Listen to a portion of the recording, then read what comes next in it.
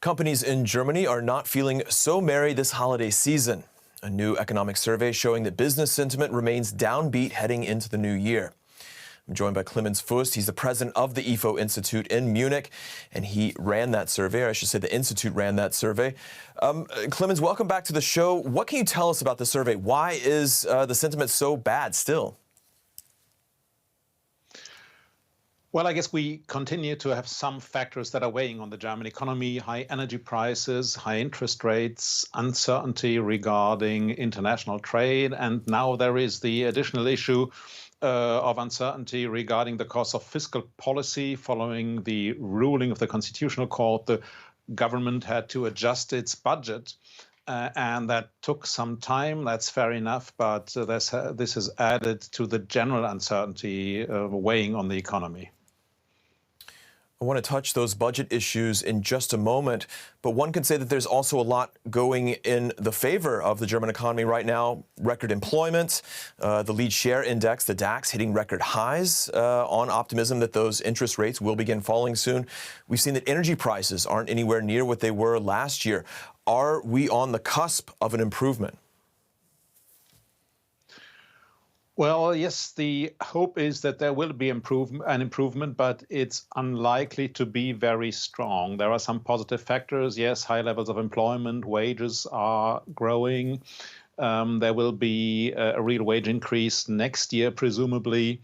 And there is the hope that interest rates will fall. Nevertheless, what the German economy feels at the moment is the impact of higher interest rates. For instance, if we look at the construction sector, and energy prices are not as high as last year, but they are still a lot higher than before the Russian attack on Ukraine. And at the moment, it's, again, energy-intensive companies like in the chemical industry, in the steel industry, telling us they have problems. So it's a mixture of factors. Overall, they are not very positive. You mentioned recently in a recent discussion that you led at the Institute, or maybe I think it was one of your colleagues, basically said that what's going on in the chemical industry almost seemed to suggest a structural building back in some of the energy-intensive arenas. How significant is that for Germany in the long term? So energy-intensive sectors in German industry are roughly 15% of overall value added in manufacturing, not in the economy as a whole, in manufacturing in Germany. So these are significant sectors, but 85% are other sectors. So as such, this is not such a big problem, one could say. But this adds to other issues in German manufacturing, in particular a structural change in the auto industry, which is not so energy intensive. And that means overall we have several important sectors that are facing issues. We know that there's been an intense debate in Germany in recent years, but especially in recent weeks, about whether it's better to run a balanced budget without deficit spending or the extent to which debt spending is necessary. Given the way the debate is unfolding right now, how do you view it? You're more a fan of investment, I would gather. Well, I think that the debt brake, balanced budgets in general government finances are not a bad thing, because what we've seen recently is an increase in consumption spending, and the debt brake says we do not want this consumption spending to be financed by debt, and that makes perfect sense, in particular in an economy where prices are rising anyway. At the same time, there are investment needs. There are long-term investment needs, and yes, it is justified to at least finance part of that investment through debt. And the idea was to do that in special budgets. This has been stopped now for legal reasons, but I think we should try and redo it in a legally safe way, and yes, finance some of that investment using debt. At the same time, we need fiscal discipline in the core budget and discipline regarding consumption spending. All right, and the debt break we should mention is that constitutional requirement that debt be limited within certain scenarios. I want to touch on the budget shortfall that you've alluded to several times. Berlin is facing a budget shortfall this year, especially in its climate funding and energy transition due to a court ruling that you also mentioned. As one measure in response to that, Berlin is going to raise the carbon tax higher than it had planned next year. That means that, of course, gasoline will be more expensive. Now, drivers aren't likely to welcome this, but you have welcomed this move. Why?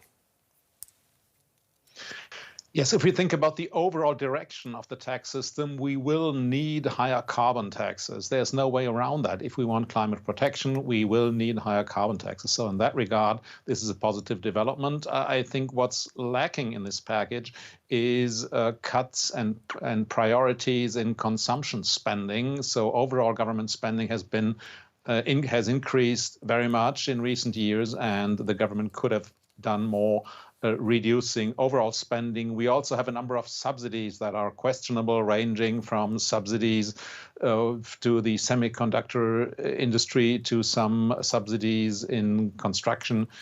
So more could have been done cutting back subsidies, but higher CO2 prices is something, higher carbon prices, it's something we will need. And I think if the government now uses this crisis to move into this direction, that's fine. Of course, higher CO2 prices, the revenue from higher CO2 prices should be handed back to citizens and not to go into spending programs. And that's difficult now in this budgetary situation.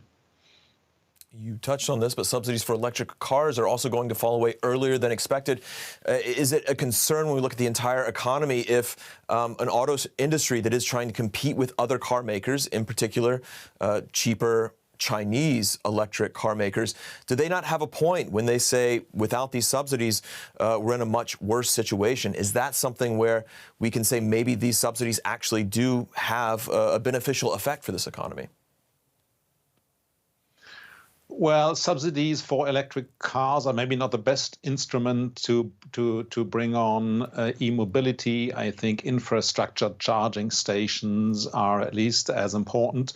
Of course, what's problematic is to abolish these subsidies so suddenly. I think the government should have added a phase of transition, because a lot of people have now ordered electric cars thinking they get the subsidy, and now it turns out they won't get it.